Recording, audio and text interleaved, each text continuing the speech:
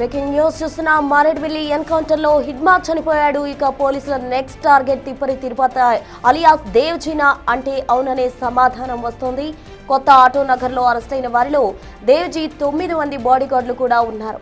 వాళ్ళంతా హిడ్మాను కలిసేందుకు ప్లాన్ చేసుకున్నారా? ఎవరి ఆదేశాలతో ఏపీలోకి ఎంట్రీ ఇచ్చారు? హిడ్మాను ఎక్కడ కలవాలని ప్లాన్ చేసుకున్నారు? ఇలా నిఘా వర్గాల ప్రశ్నల వర్షం కురిపిస్తున్నాయి. వాళ్ళ ఎంక్వైరీలో దేవ్జీ ఎక్కడ ఉన్నాడో క్లారిటీ రానుంది. ఇప్పటికే ఆంధ్ర ఒడిశా బోర్డర్లో దేవ్జీ కోసం కూంబింగ్ మొదలుపెట్టారు. అయితే దేవ్జీ పోలీసుల అదుపులోనే ఉన్నాడంటూ పౌర సంఘ నేతలు ఆరోపిస్తూ ఉన్నారు.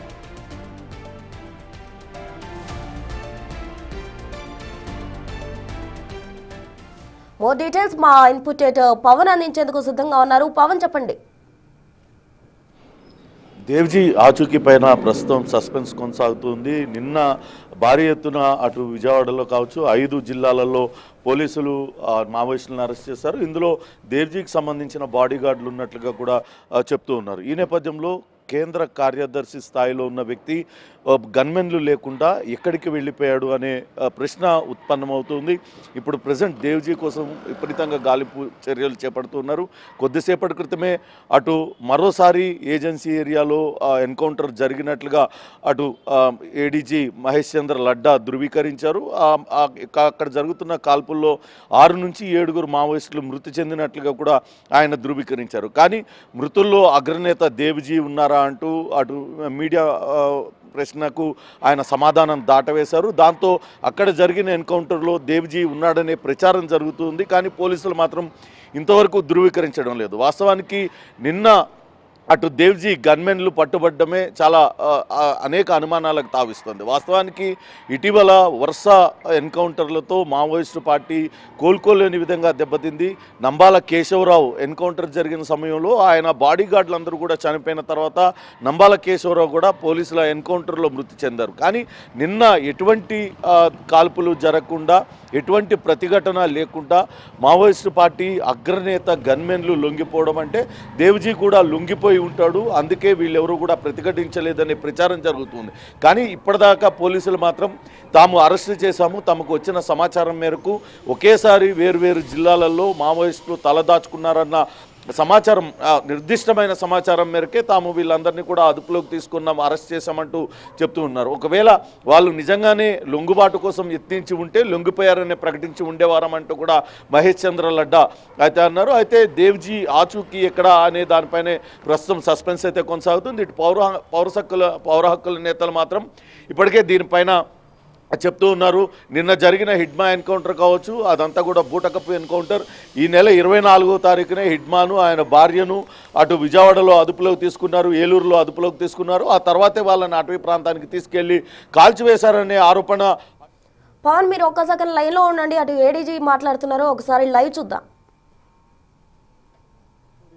జోగారావు అలియాస్ టేక్ శంకర్, ఆయన బేసికలీ శ్రీకాకుళం నుంచి, is a native of Srikakulam. Is a in charge CCM for Andhra Odisha border, and he's specialized in technical things, either arms manufacturing, communication and chustara. But it is a tentative information.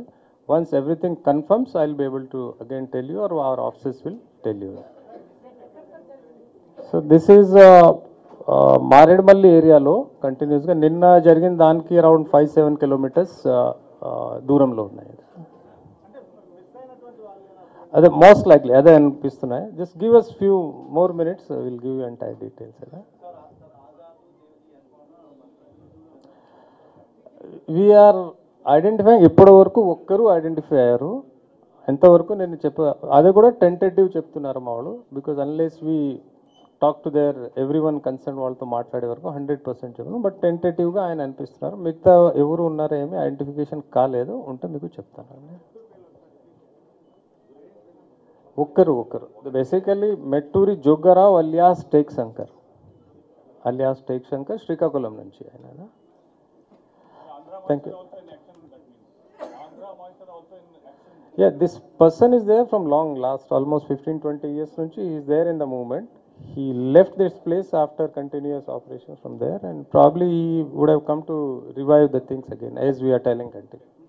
Thank you. Thank you very much. Thanks.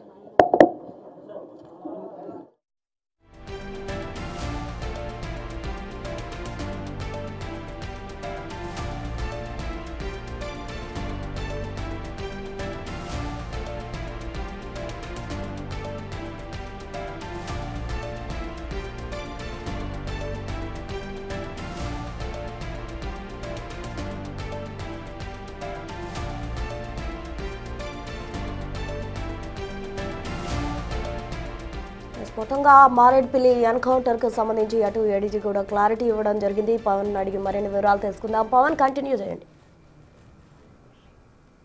అటు ADG కూడా ప్రస్తుతం ధృవీకరించారు. నిన్న ఏదైతే encounter జరిగిందో హిడ్మా ఇతర మావోయిస్టులు ప్రాణాలు కోల్పోయారో దానికి 5 కిలోమీటర్ల దూరంలో 5 నుంచి 7 కిలోమీటర్ల దూరంలో ఈరోజు ఉదయం మరోసారి ఎన్కౌంటర్ జరిగింది. ఎన్కౌంటర్లో ఇప్పటికే 6 నుంచి 7 మావోయిస్టులు మృతి చెందినట్లుగా ధృవీకరించారు.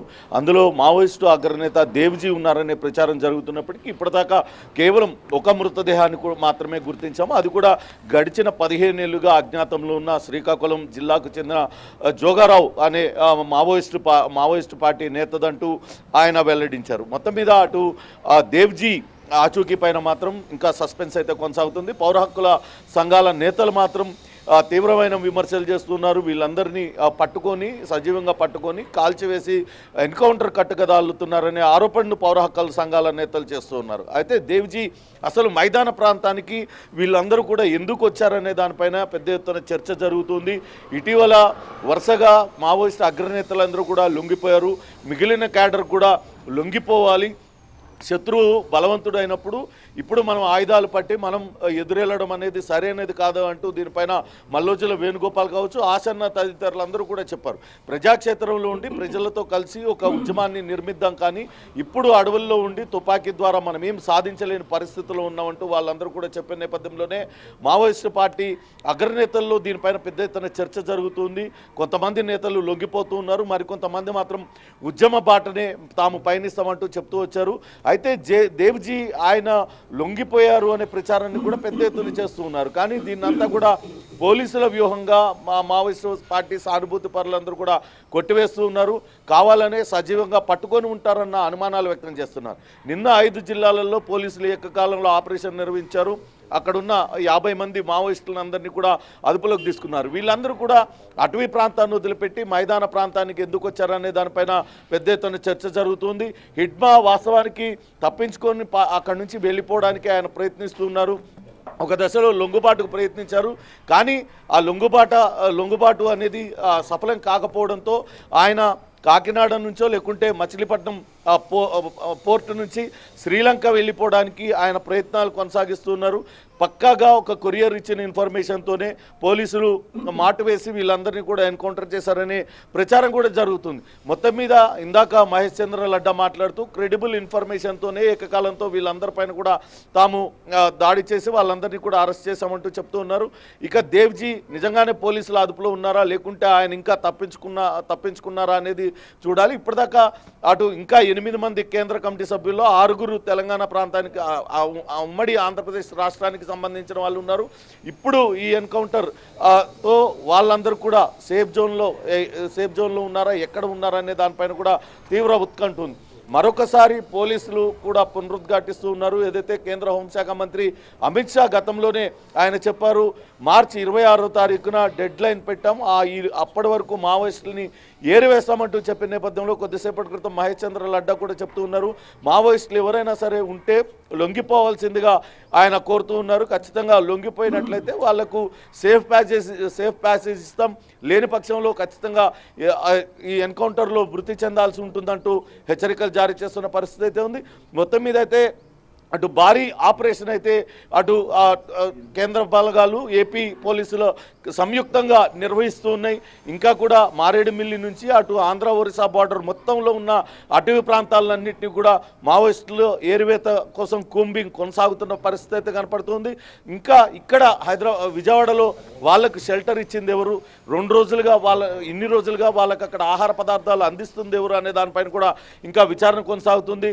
ఒక తెల్ల కారులో వాళ్ళందరికీ కూడా రోజు ఆహారం తీసుకొని వచ్చి ఇస్తున్నట్లుగా కొంతమంది చెప్తున్న నేపథ్యంలో ఎవరు వాళ్ళని అక్కడికి తీసుకొచ్చారు, ఎవరి ఆదేశాలతో వారు అక్కడికి వచ్చారు, ఆ బిల్డింగ్లో ఎందుకున్నారు అనే దానిపైన ఉన్నారు. కేవలం నిన్న అరెస్ట్ అయిన 50 మందేనా లేకుంటే మరికొంతమంది వేరు ప్రాంతాల్లో తలదాచుకున్నారా, వీటిలన్నిటికీ సంబంధించిన వివరాలు ఇంకా వెల్లడి కావాల్సి ఉంది. ప్రస్తుతం అయితే దర్యాప్తు ఇంకా ముమ్మరంగా కొనసాగుతున్న పరిస్థితి అయితే ఉంది.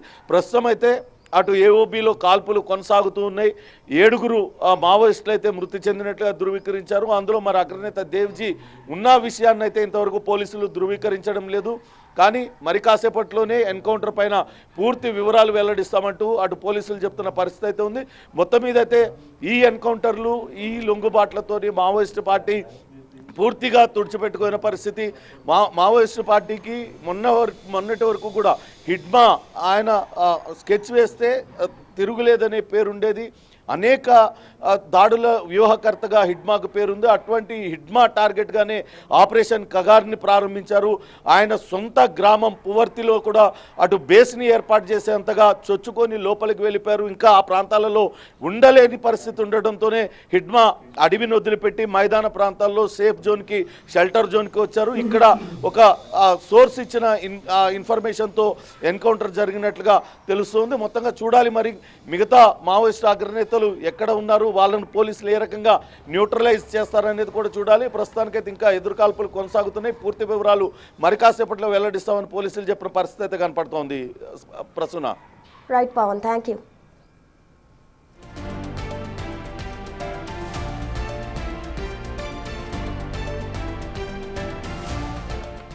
ఇక మొత్తంగా మారేడుమిల్లి ఎన్కౌంటర్లో హిడ్మా చనిపోవడం జరిగింది. ఇక పోలీసుల నెక్స్ట్ టార్గెట్ తిరుపతి అలియాస్ దేవ్జీనా అన్న ప్రశ్నలు అందరూ కురిపిస్తూ ఉన్నారు. మొత్తంగా దేవ్జీ కూడా ఎన్కౌంటర్లో చనిపోయినట్టు వస్తున్న ప్రచారాలకు సంబంధించి ఇప్పటి వరకు కూడా పోలీసులు ఎటువంటి ప్రకటన అయితే చేయలేదు. అటు ఏడీజీ అయితే ఈ రోజు జరిగిన ఎన్కౌంటర్కు సంబంధించి 7 మాత్రమే చనిపోయారంటూ కూడా స్పష్టం చేయడం జరిగింది. మరి దేవ్జీ ఎక్కడున్నాడు ఏంటి అన్నదానికి సంబంధించి వివరాలు మరి కాసేపట్లో కూడా తెలిసే అవకాశం ఉందంటూ కూడా చెప్తున్నారు.